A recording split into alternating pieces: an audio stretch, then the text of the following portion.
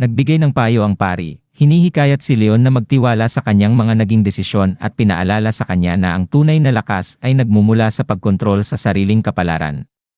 Sa inspirasyon ng mga salita ng pari, napagtanto ni Leon ang kahalagahan ng pagtitiwala sa sarili, at nagpasya siyang magpatuloy ng may higit na kumpiyansa. Habang dumidilim ang gabi, lumipat ang eksena sa kagubatan kung saan ang dalawang lalaki, desperadong tapusin ang kanilang misyon, ay nagpasya na sunugin ang ampunan.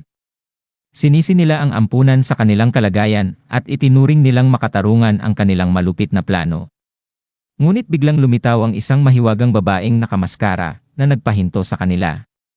Ang biglaang pagdating niya ay nagbigay ng intriga at tensyon, na nag-iwan ng tanong sa kapalaran ng dalawang lalaki. At dito nagtatapos ang chapter 48, The Most Notorious Talker Runs the World's Greatest Clan. Gusto nyo ba ng chapter 49? Mag-comment down below. At maraming salamat sa patuloy na pagsuporta.